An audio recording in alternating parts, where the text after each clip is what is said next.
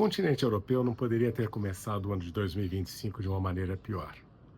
O presidente Trump, em suas negociações com a Rússia, praticamente marginalizou o continente, transformando a decisão do fim da guerra num assunto particular entre os Estados Unidos e a Rússia. Os europeus estão se dando conta de uma velha frase de Henry Kissinger, que dizia que é trágico ser inimigo dos Estados Unidos, mas ser amigo pode ser fatal. E talvez seja esta a grande lição que possa ser aprendida na guerra da Ucrânia. Afinal, durante as duas últimas décadas, nós observamos os europeus cada vez mais dependentes dos Estados Unidos. Uma dependência que iniciou em 1945 com o fim da Segunda Guerra Mundial. No entanto, os europeus aproveitaram este momento para reduzir os seus gastos de defesa. E claro que os Estados Unidos têm aí preconizado a importância de os europeus aumentarem os seus gastos. Por motivos óbvios, nós sabemos que o grande beneficiário de qualquer aumento de despesa no orçamento europeu será necessariamente a indústria de defesa norte-americana. É por essa razão que os últimos presidentes dos Estados Unidos têm enfatizado esta questão. O fato é que os europeus estão, talvez, aí numa sinuca sem bico, numa situação complicada, justamente porque entendem que o aumento de despesas na área militar, neste momento e na situação atual da Europa, pode ser muito complicado. O estado de bem-estar, que sempre foi admirado e invejado pelas nações do mundo, encontra aí uma situação muito difícil. A Europa não se recuperou depois da pandemia da Covid-19.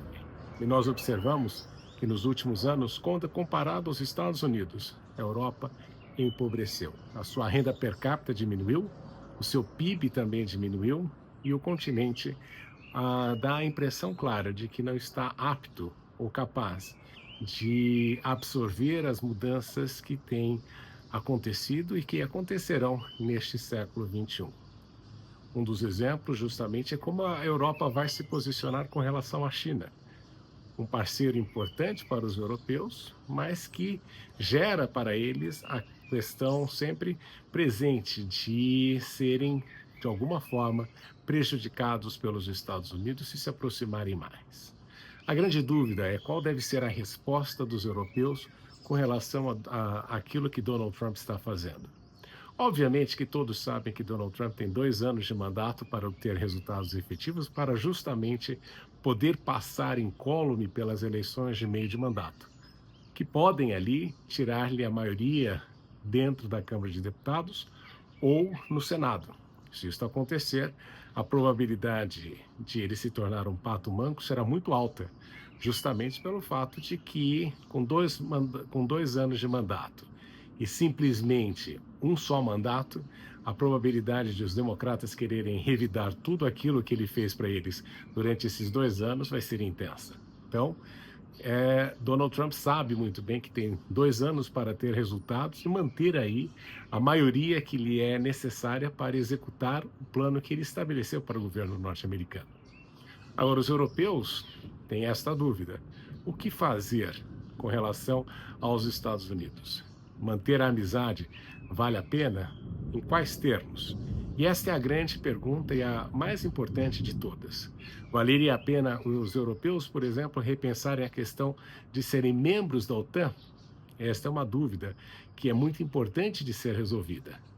O que fazer? São os próximos questionamentos que os europeus têm de fazer, têm de analisar profundamente para decidir qual vai ser o nível de dependência da Europa com relação à política externa dos Estados Unidos. O que nós sabemos, no entanto, é que o mundo vai cada vez mais se dividindo em grandes blocos, impérios, segundo Donald Trump, e o que nós observamos é que a Europa, que sempre foi, nos últimos 3 séculos, um dos continentes mais importantes na questão do xadrez global, vai pouco a pouco sendo marginalizado. E os europeus estão perdendo a sua capacidade de contribuir efetivamente para o desenho da nova ordem mundial. Resta saber como a liderança europeia pretende responder a isso. Macron já sugeriu que a Europa deveria iniciar um processo de armar-se cada vez mais, justamente para enfrentar inimigos externos. Mas será esta a solução definitiva para um continente que tem empobrecido, a sua infraestrutura se encontra combalida, o seu nível educacional tem deteriorado e a qualidade de vida do europeu já não é mais a mesma? Resta saber, então, quais serão os grandes passos que os europeus terão de fazer e tomar nos próximos meses e anos. O fato é que uma das coisas mais importantes deste processo todo é justamente a Europa cuidar do seu principal problema, que é justamente a questão migratória. Os europeus, como todos nós sabemos, têm diminuído, em razão da taxa de fertilidade, as suas populações. E com isto, têm sido alvo da entrada de imigrantes de várias partes do mundo e, particularmente, imigrantes que vêm do mundo islâmico e da África. Com o continente africano aumentando ainda mais a sua taxa de natalidade, é provável que no futuro muita gente, muitas pessoas e muitos migrantes sairão de África em direção à Europa.